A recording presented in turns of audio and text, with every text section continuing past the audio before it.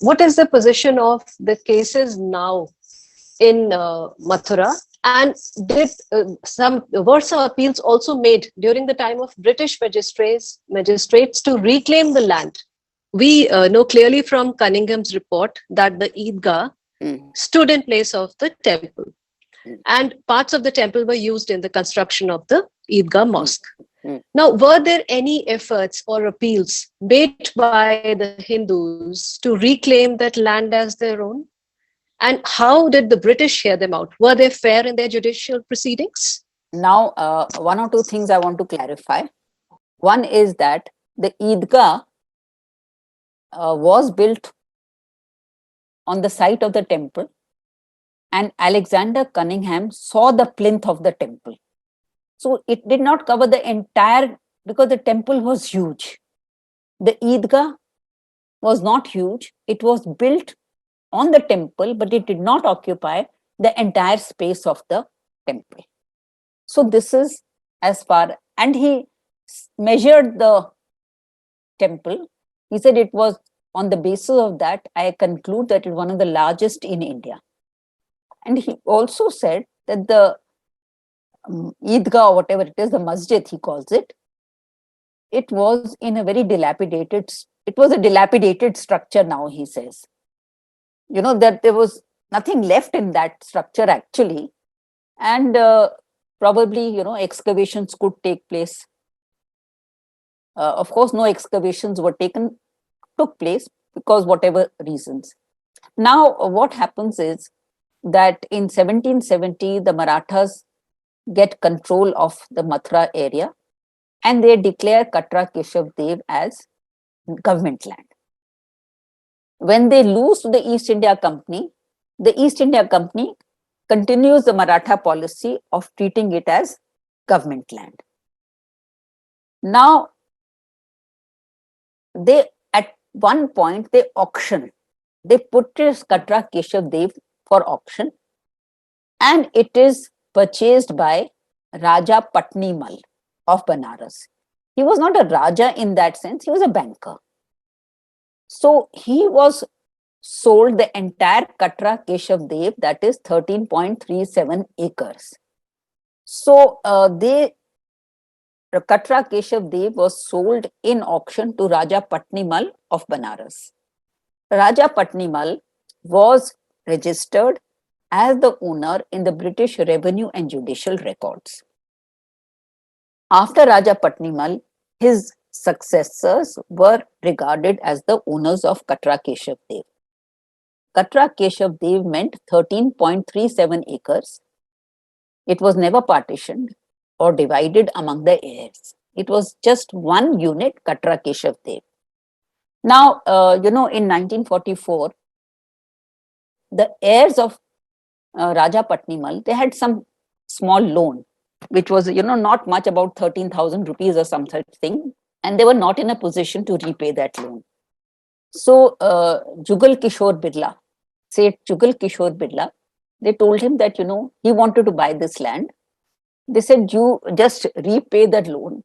So this Jugal Kishore Birla buys that land, Katra Keshavdeva, and he creates a trust, Shri Krishna Janmabhoomi Trust. The objective was to build a grand temple for Krishna, Lord Krishna. So the heirs of Patnimal are out of the scene, and Raja Jugal Kishore Birla, comes in. But I'm sorry I missed your question. Your question was litigation. So when, I'll just go back.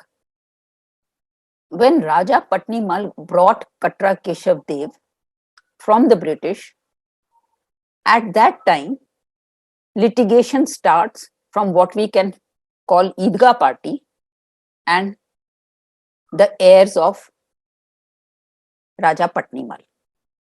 And they go on filing one case after another. The sum and substance of these cases is that the Eidgah party did not win a single case in the British judicial system. Every case they lost. Every case the British judges heard the case, examined the documents, and gave their verdict with great care and thought. Lots of those judgments of the British judges have been produced in my book, I think for the first time.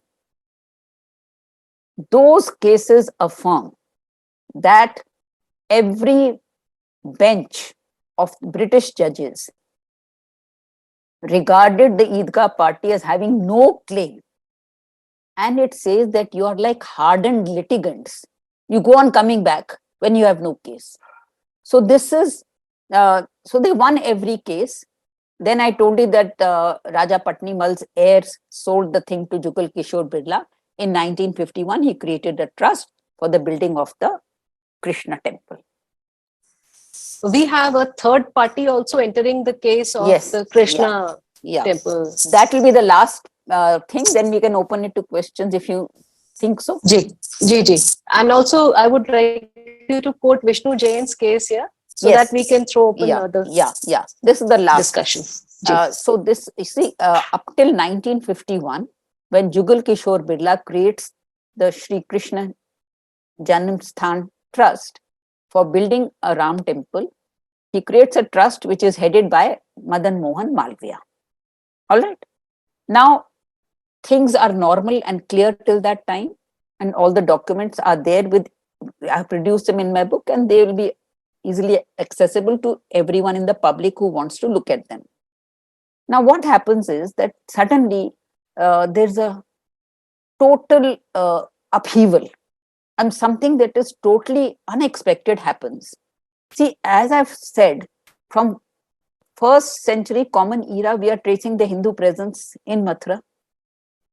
And all the cases of in the British period, the judicial records, the Idgah party does not win even a single case. The archaeological findings of Alexander Cunningham, they all are solid evidence. Now, suddenly in 1968, there is a body known as Shri Krishna Seva Sangh. Now, this Seva Sangh is not a judicial entity. It has no right to decide the fate of Katra Keshavdeva. It cannot sell the land, it cannot bifurcate the land, it cannot do anything to the land. But suddenly in 1968, this body enters into an agreement with the Idgah party, which has lost every case till now. And it enters into an agreement with the Idgah party, and it gives 3 acres of Katra Keshavdeva to the Idgah party. Now, this case has been filed in 2000 by Vishnu Jain, lawyer Vishnu Jain and others. So the entire evidence of 1868 is, I have no contribution to make to this. I cannot vouch for the, how valid it is, how weighty it is. I have just gone by the case that they have filed in the Mathura district court. According to them, in 1968, 3 acres was handed over to Idgah party. And according to them, the Idgah party has built the present Idgah on this 3 acres of Katra Keshavdeva. Now, again, I'm saying that this, I have nothing to contribute to this. I'm just reporting something that has happened in 1968. Now, why is this important? Because if the land has been handed over in 1968, where is the present Idgah situated? Because Cunningham said it's a dilapidated condition. That's the last eyewitness account that we have. The present Idgah is not dilapidated. Where is that 3 acres? Is the present Idgah built on those 3 acres? If it is built on those 3 acres, then the People's Worship Act of 1991 does not apply to it, because it is constructed after 1947, not before. The People's Worship Act says that you cannot change the character of any religious structure except Ayodhya. It has to remain what it was in 1947. So this is a question that has not yet come up for hearing. They are they're not able to get the hearing right now. It gets postponed, tariq pe tariq, as they say. So again, I'm saying this is something which I have reported the case as it is filed in the Mathura District Court. Till 1951, till the creation by Jugal Kishore Birla, all the evidence is with me. This 1968 evidence, I have just reported the case that has been filed in Mathura District Court. How valid it is, how weighty it is something that I cannot comment on. We have to wait for the court to begin the hearings.